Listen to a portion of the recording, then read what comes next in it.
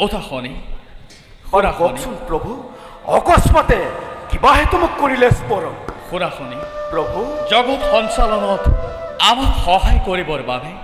তোমাৰ বক্ৰ দৃষ্টি নিক্ষেপ কৰাগৈ গজাসুৰৰ প্ৰতি পাছত তুমি সকলোবোৰ ভালদৰে বুজিবা শুনি ভাল প্ৰভু তব আজ্ঞা শিৰোগত কৰি মই অতি শীঘ্ৰেই প্ৰৱেশ কৰিম গজাসুৰৰ ৰাজ্যত প্ৰভু মোক এতিয়া আজ্ঞা প্ৰদান কৰে যাওঁ মই নিজ কৰ্তব্যৰ হেতু যোৱা শুনি ভাল প্ৰভু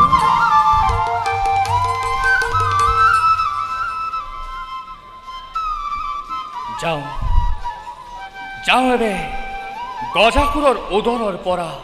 মহাদেৱক মুক্তি প্ৰদান কৰিবৰ বাবে